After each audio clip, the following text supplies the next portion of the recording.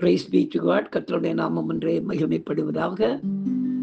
எங்களை அதிகமாய் நேசிக்கிற எங்கள் அன்பின் பரம தகப்பனே, இந்த கிருபையான கர்த்தாவே, காலை வேளைக்காய் உமக்கு நாங்கள் நன்றி செலுத்துகிறோம். இந்த காலை வேளையிலும் உம்மை துதித்து பாடி ஆராதித்து இந்த நாளிலே நாங்கள் தியானிக்கும்படியாக கர்த்தர் எங்களுக்கு கொடுக்கிற வார்த்தைக்கு நேராக கடந்து போகவும், கர்த்தாவே நீ செய்த நன்மைகளை கர்த்தாவே சாட்சியாக சொல்லி உடைய வசனத்தை மகிமைப்படுத்த கர்த்தர் உதவி செய்வீராக. இயேசுவின் நாமத்தில் ஜெபிக்கிறோம் எங்கள் ஜீவனுள்ள நல்ல பிதாவே. ஆமேன், ஆமேன், ஆமேன். இயேசு அழைக்கிறார், இயேசு அழைக்கிறார், இயேசு அழைக்கிறார், இயேசு அழைக்கிறார். ஆவலாய் உன்னை தம் கரங்கள் நீட்டி இயேசு அழைக்கிறார். எத்துன்ப நேரத்திலும்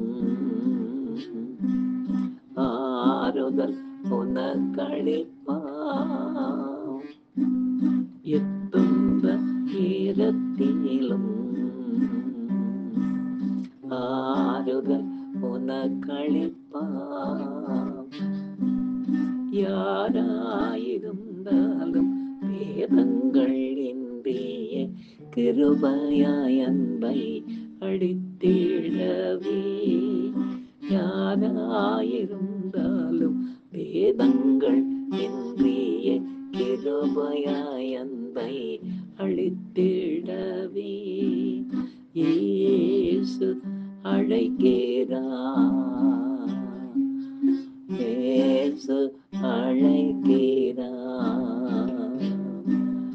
ஆவலாய் உன்னை தம் கரங்கள் நீட்டி இயேசு அழைக்கிறார், இயேசு அழைக்கிறார். எனக்கு அருமையானவர்களே, இந்த நாளிலே நாம் தியானிக்கும்படியாக கர்த்தர் நமக்கு கொடுக்கிற வார்த்தைக்கு நேராக நாம் கடந்து போவோம். எடுத்து வாசிக்கலாம். சங்கீத புத்தகம் 120 சங்கீதம் 1 வசனம். என் நெருக்கத்திலே கர்த்தரை நோக்கி கூப்பிட்டேன், அவர் எனக்கு செவி கொடுத்தார். பிரியமானவர்களே, நாம் இந்த பூமியில் வாழும் நாட்களில் நமக்கு உதவி செய்ய அநேக நண்பர்கள் உண்டு. ஆனால் எல்லா விதமான உதவிகளையும் செய்ய எல்லா மனிதர்களாலும் முடியாது. சில நேரங்களில் நமது நெருக்கமான சூழ்நிலை மற்றவர்களுக்கு தெரியப்படுத்தக்கூட முடியாத சில இக்கட்டான சூழ்நிலைகள் வந்துவிடும். இப்படிப்பட்ட வேளைகளில் உதவி செய்ய ஒருவர் மட்டுமே நமக்கு உண்டு. அவர்தான் நமது கர்த்தராகிய இயேசு கிறிஸ்து. அவர் நமது நெருக்கத்தை நாம் சொல்லாமலே அறிந்தவர். எனவே அப்படிப்பட்ட வேளைகளில் அவரை நோக்கி நாம் அபயமிட்டோமானால் உடனடியாக ஒருவருக்கும் தெரியாமல் காரியத்தை நமக்காக செய்து முடிப்பார். அவரை அண்டிக் கொள்வோமே. இந்த நாளிலும் கூட இந்த வசனத்துக்கு மெய்ப்பிக்கும்படியாக நடந்த ஒரு காரியத்தை சாட்சியாக கேட்போமா? கர்த்தர் இந்த சாட்சியின் மூலமாய் மகிமைப்படுவாராக. நான் பேங்க்ல இருந்தப்ப எங்களுக்கு ஒரு ப்ரேயர் குரூப் உண்டு. அதில் ஒரு 5-6 பேர் சேர்ந்து நாங்கள் செபிக்கிற அனுபவம் உண்டு. இப்போது நான் சொல்லுகிற இந்த சாட்சிக்கு உண்டான சகோதரி இப்போது இல்லை, அவங்க இறந்து போயிடுச்சாங்க. அவங்க கொஞ்ச நாளைக்கு முன்பு அவங்க உயிரோடு இருந்த நாட்களிலே அவங்களுடைய தந்தைக்கு திருமணம் ஆகாமல் இருந்தது. அந்த வேளையில் அவங்க நிறைய இடம் பார்த்து தேடிக்கொண்டிருந்தார்கள். திடீரென்று ஒரு நாள் எனக்கு அந்த சகோதரி ஃபோன் பண்ணாங்க. இறந்துட்டாங்கன்னு சொல்கிறாங்க பாருங்கள். அவங்க ஃபோன் பண்ணாங்க. ஃபோன் பண்ணி, பிரதர் தயவுசெய்து யாருக்கும் தெரியப்படுத்தாமல் ஒரு காரியத்தை எனக்காக நீங்கள் ஆண்டவர்கிட்ட ஜெபம் பண்ணுங்கள். கர்த்தர் என்ன சொல்கிறாரு ஏதாவது சொன்னாங்க. என்னால் ஜெபிக்க முடியல, ரொம்ப ஒரு மாதிரி மயக்கமாக இருக்குது அப்படின்னாங்க. சொல்லுங்கள் சிஸ்டர் அப்படின்னு. இல்லை, வீட்டில் கொஞ்சம் கல்யாண பேச்சு விஷயமா தங்கச்சியை கொஞ்சம் எல்லாருமே சேர்ந்து நெருக்கமாக அவள்கிட்ட கொஞ்சம் கலாட்டம் பண்ணிக்கிட்டு இருந்தாங்க.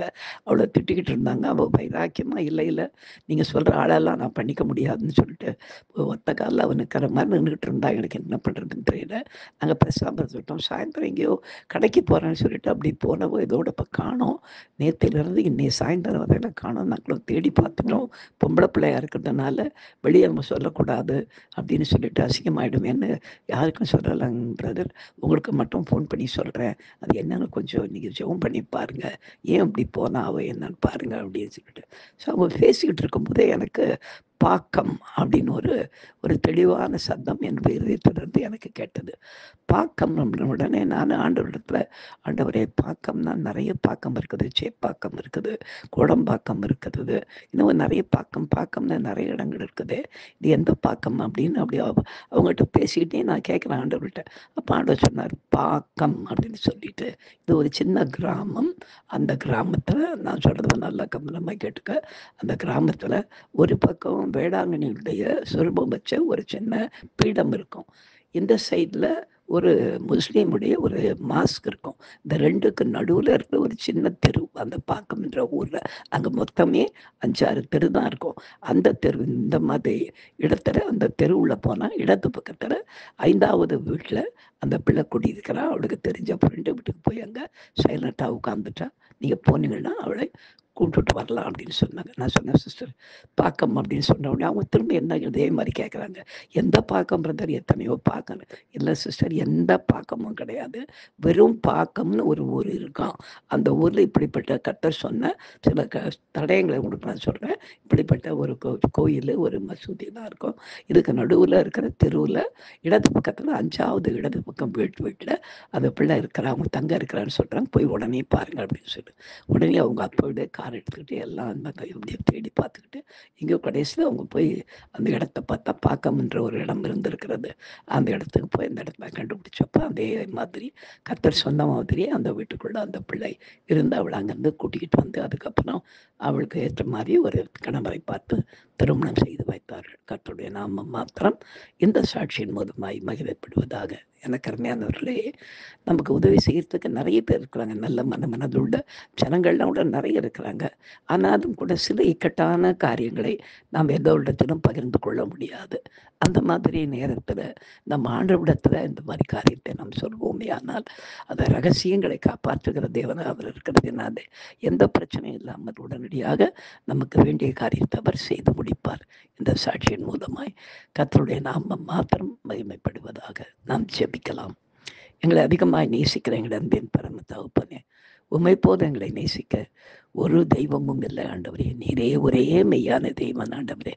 அப்பா, இந்த நாளில் கொடுத்த இந்த சாட்சிக்காய் உமக்கு நன்றி ராஜா. அப்பா, உடனடியாக நாங்கள் கேட்ட மாத்திரத்திலே அந்த நெருக்கத்திலே கத்தாவே நீர் இறங்கி வந்த கத்தாவே எங்களுக்கு காரியத்தை வாய்க்க செய்தீரே, செவி கொடுத்தீரே. அதற்காக உமக்கு நன்றி ராஜா. தொடர்ந்து உண்மையை சார்ந்து ஜெபிக்க கர்த்தர்களுக்கு உதவி செய்யும்படியாக ஜெபிக்கிறோம். பெரிய காரியங்களை செய்யுங்க. தொடர்ந்து நீரே எங்களை நடத்துவீராக.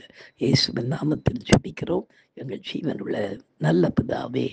ஆமேன், ஆமேன், ஆமேன். God bless you. Thank you.